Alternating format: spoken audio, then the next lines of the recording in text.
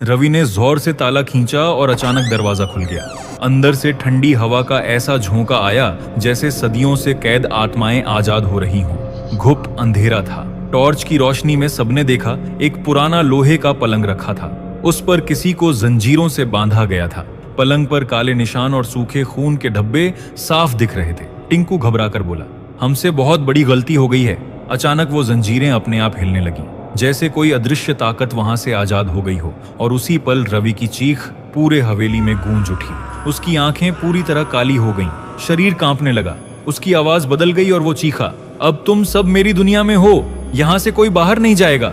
बाकी तीनों दोस्त डर के मारे भागने लगे। हवेली के हर कमरे से अजीब अजीब साए निकलने लगे। जमीन से हाथ उभरकर उनकी टांगें पकड़ने लगे। टिंकू किसी तरह खिड़की तक पहुंचा और बाहर झांका, लेकिन बाहर भी वही हवेली थी, जैसे पूरा संसार उसी हवेली में कैद हो चुका हो। अचानक वही औरत जिसका चेहरा पहले शीशे में दिखा था, उनके सामने खड़ी हो गई।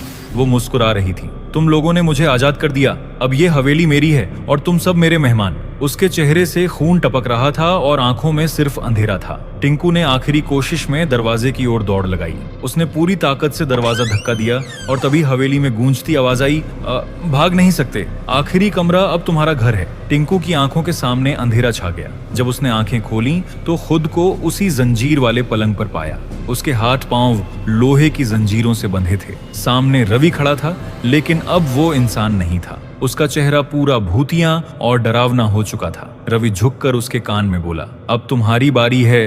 और हवेली की दीवारें जोर जोर से हंसने लगीं।